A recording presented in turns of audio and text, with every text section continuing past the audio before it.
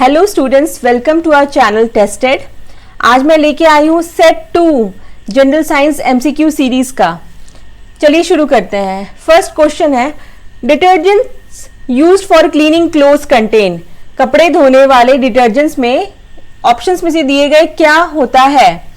Carbonates, sulphonates, bicarbonates या फिर बिस्मुथेट्स। तो इसका सही आंसर है सल्फोनेट्स। सल्फोनेट्स होते हैं कपड़े धोने वाले डिटर्जेंट्स में। मैं एक सेकेंड लेना चाहूंगी आपका, मुझे इंक कलर चेंज करना पड़ेगा क्योंकि ये विजिबल ज़्यादा हो जाता है। सेकेंड क्वेश्चन है, range of visible spectrum wavelength is. जो विजिबल स्पेक्ट्रम है, जिस स्पेक्ट्रम में हमारा ह्यूमन आई देख सकता है, उसका वेवलेंथ का रेंज क्या है? ऑप्शंस क्या है? 4200 एंगस्ट्रम से 8000 एंगस्ट्रम, 7800 एंगस्ट्रम से 9000 एंगस्ट्रम, 39000 एंगस्ट्रम से 7600 एंगस्ट्रम और 20 एंगस्ट्रम से 2000 एंगस्ट्रम। तो मैं आपको रेंज के बारे में बताती हूँ। जो रेंज है वो है 4000 एंगस्ट्रम से 7000 एंगस्ट्रम तक। ठीक है, तो आपको ये देख के पता चल गया हो कि आपका आंसर क्या है। आपका आंसर है सी। ठीक है, ये रेंज वही है जिसके बारे में हम बात कर रहे हैं। थर्ड क्वेश्चन है, the first element of rare earth metal is. आपने पीरियोडिक टेबल में रेयर अर्थ मेटल देखा होगा। उसकी जो पीरियोडिक टेबल में जो कॉलम्स एंड रोज जिस हिसाब से बांटा गया है, तो आपको वहां पे दिखेगा कि कहाँ पे रेयर अर्थ मेटल है। तो उसमें सबसे पहला मेटल कौन सा है? लैंथेनियम, यूरेनियम, एसिटियम या फिर सीरियम। तो इसका जो सही आंसर है वो है सीरियम। फोर्थ क्वेश्चन है, heaviest metal among the following is. निम्नलिखित दिए गए ऑप्शंस में से सबसे भारी मेटल कौन सा है? अब देखिए, सिल्वर, मरकरी, गोल्ड और प्लैटिनम। तो इसका जो सही जवाब है वो है प्लैटिनम। अब यहाँ पे मैंने बहुत इंपॉर्टेंट चीज बोली कि इन ऑप्शंस में से आपको बताना था हैवीएस्ट मेटल, लेकिन अगर आपसे ऐसे पूछ लिया जाए कि सबसे हैवीएस्ट मेटल होता कौन सा है, तो आपको उसका आंसर है ऑस्मियम। ठीक है। फिफ्थ क्वेश्चन है, इन क्लॉक्स क्वार्ट्ज क्रिस्टल्स आर। घड़ी में जो क्वार्ट्ज के क्रिस्टल्स पाए जाते हैं वो क्या चीज से बने हुए होते हैं? Sodium silicate, titanium dioxide, germanium oxide या फिर सिलिकॉन डाइऑक्साइड। तो इसका जो सही आंसर है वो है सिलिकॉन डाइऑक्साइड। सिक्स्थ क्वेश्चन है, लार्जेस्ट बर्ड ऑन अर्थ। सबसे बड़ा पक्षी कौन सा है पृथ्वी पे? ईमू, एल्बाट्रॉस, ऑस्ट्रिच या फिर पेंगुइन। तो इसका आंसर है ऑस्ट्रिच। सेवेंथ क्वेश्चन है, galvanised iron pipes have a coating of. Galvanised iron pipes का में क्या चीज की कोटिंग होती है? जिंक की, लीड की, आयरन की या फिर कॉपर की। तो इसका आंसर है जिंक। जिंक की कोटिंग होती है। एट्थ क्वेश्चन है, acid used in car battery. Car battery में, गाड़ी की बैटरी में जो एसिड का यूज हो रहा है वो कौन सा एसिड होता है? Sulphuric acid, nitric acid, hydrochloric acid या फिर एसिटिक एसिड। तो कार की बैटरी में होता है सल्फ्यूरिक एसिड, H2SO4। ठीक है। नाइन्थ क्वेश्चन है, वर्मीफॉर्म अपेंडिक्स इज या फिर एन। वर्मीफॉर्म अपेंडिक्स के बारे में आपने सुना है। ठीक है, वो किस तरह का ऑर्गन है? Analogous organ, homologous organ, vestigial organ या फिर एनालिटिक ऑर्गन। इसका आंसर है वेस्टिजियल ऑर्गन। वेस्टिजियल ऑर्गन किसको कहते हैं? जो जिसके बारे में ये कहा जाता है कि अभी उसका कोई इतना इंपॉर्टेंट फंक्शंस नहीं है। हो सकता है कि पुराने समय में कुछ इंपॉर्टेंट रोल हुआ होगा उसका, इसलिए तो वो हमारे बॉडी में है, लेकिन अभी के हिसाब से उसका कोई फंक्शन नहीं है, इसलिए कई बार अपेंडिक्स निकाल भी दिया जाता है। तो इससे किसी के लाइफस्टाइल में या फिर उनके डेली रूटीन में ऐसा कोई भी प्रॉब्लम नहीं आता है। लेकिन एक चीज़ और है कि कंटिन्यूस स्टडी, रिसर्च स्टडी चलती रहती है ये पता लगाने के लिए कि इसका क्या रोल हुआ करता था पहले, या फिर क्या इसका कोई ऐसा रोल तो नहीं है जो हमें पता नहीं है। तो ये सब स्टडीज तो चलती रहती है, लेकिन वर्मीफॉर्म अपेंडिक्स जो है वो वेस्टिजियल ऑर्गन के कैटेगरी में आता है, ठीक है। 10th क्वेश्चन है which hormone stimulates ovulation in female, कौन सा हार्मोन स्टिमुलेट करता है ओव्यूलेशन इन फीमेल। उसके ऑप्शंस है एस्ट्रोजन, लुथेनाइजिंग हार्मोन, प्रोजेस्टेरॉन या फिर फॉलिकल स्टिमुलेटिंग हार्मोन। तो इसका जो सही आंसर है वो है लुथेनाइजिंग हार्मोन। 11th क्वेश्चन है which part became modified as a tusk of elephant.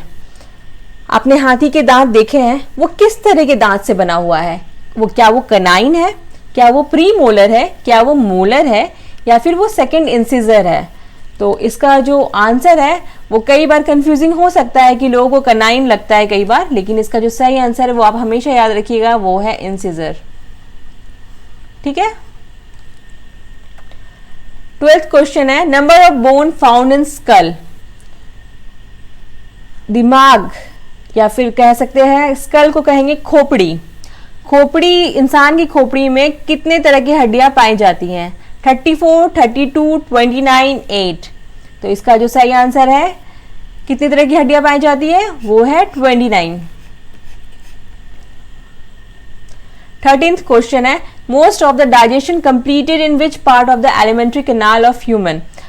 सबसे ज्यादा पाचन क्रिया कौन से हिस्से में होती है एलिमेंट्री कैनाल ह्यूमन के केस में, स्टमक पेट में, पेनक्रियाज में, स्मॉल इंटेस्टाइन में या फिर लार्ज इंटेस्टाइन में। तो इसका जो सही जवाब है वो है लार्ज इंटेस्टाइन।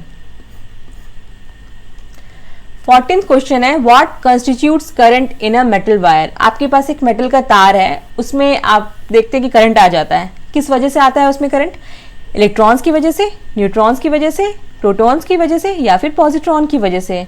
तो तार में हमेशा चार्ज या फिर करंट किसकी वजह से आता है, फ्री इलेक्ट्रॉन्स की वजह से, ठीक है।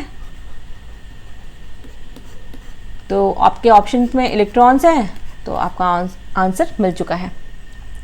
15th है good resistance coils are made of. जो गुड अच्छे रेजिस्टेंस कॉइल जो होते हैं वो किस चीज से बने होते हैं, कॉपर, गोल्ड, सिल्वर या फिर मैंगनीन। तो सबसे पहले इन ऑप्शंस को देखिए और आपको मैं यहाँ पे बता देती हूँ कि ये जो तीन है दे आर गुड कंडक्टर्स, ठीक है, गुड कंडक्टर्स है ये।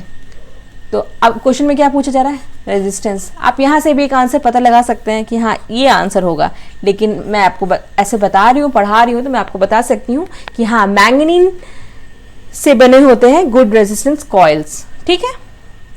तो आंसर है इसका डी, मैंगनीन। 16 है क्वेश्चन नंबर, उसका क्वेश्चन है blue vitriol is chemically. Blue vitriol chemically क्या होता है, सोडियम सल्फेट, निकल सल्फेट, कॉपर सल्फेट या फिर आयरन सल्फेट। तो इसका आंसर है कॉपर सल्फेट। और क्यों है ये ब्लू विट्रॉल, क्यों बोला जा रहा है इसको, क्योंकि जब ये सॉल्यूशन के फॉर्म में आता है ना तो ये ब्लू कलर का सॉल्यूशन होता है। 17th क्वेश्चन है filament of electric bulb is made of.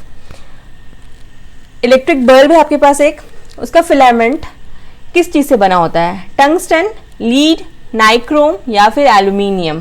तो इसका जो सही जवाब है वो है टंगस्टन। 18th क्वेश्चन है which one of the following is a stem. अब इसमें से ऑप्शंस में से दिए गए में से कौन सा है स्टेम, पोटैटो, कैरेट, रेडिश या फिर स्वीट पोटैटो। तो इसका जो सही आंसर है पोटैटो। अब मैं आपको बता देती हूँ पोटैटो एक स्टेम है और शकरकंद जो कि स्वीट पोटैटो कहा जाता है वो एक रूट है, ठीक है। आपने कभी आपके घर में कभी आलू ला के कुछ दिन अगर वो उसको रख देने के बाद, आलू को रख देने के बाद आप देखेंगे कि उसमें छोटे छोटे से बर्ड्स निकल जाते हैं, ठीक है। लेकिन उस तरह के बर्ड्स आपको कभी भी शकरकंद में या फिर गाजर में या फिर मूली में ऐसे आपको वैसे बर्ड्स नहीं दिखते हैं, ठीक है। तो वो जो बर्ड्स आलू के ऊपर जो बर्ड्स आ जाते हैं, जैसे कि ऐसे ऐसे करके बर्ड्स आ जाते हैं छोटे छोटे से, इसमें ऐसे लीफी सा स्ट्रक्चर्स जैसा बनने लग जाता है, वो एक स्टेम की प्रॉपर्टी है, वो हमेशा एक स्टेम में ही आएगा, कभी रूट में नहीं आ सकता है, ठीक है।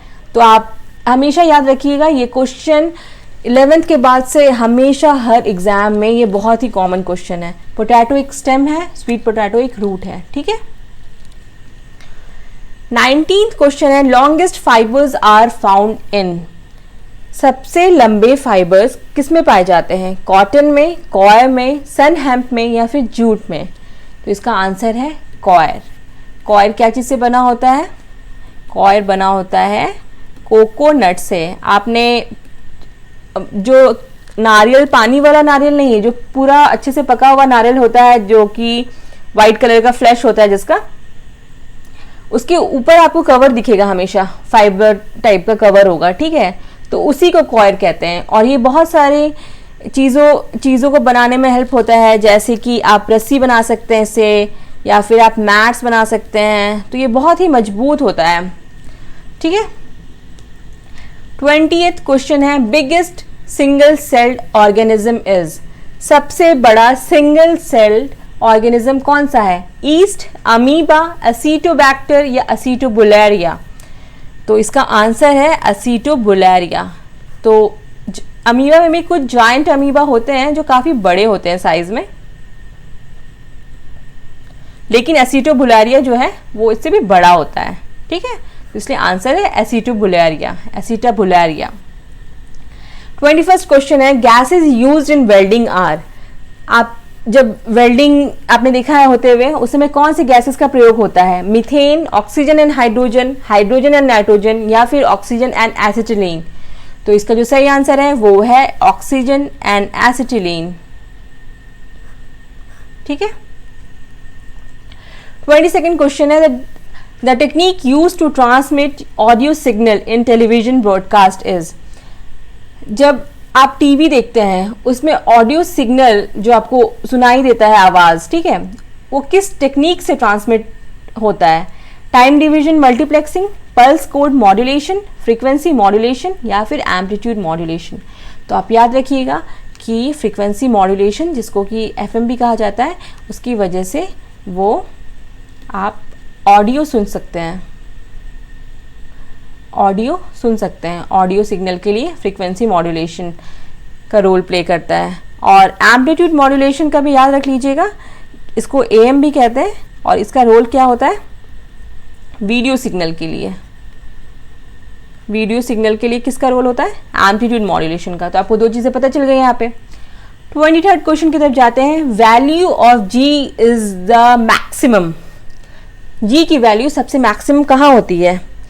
A campsite in Antarctica, at a place on equator, on the top of Qutub Minar या फिर on the top of Mount Everest?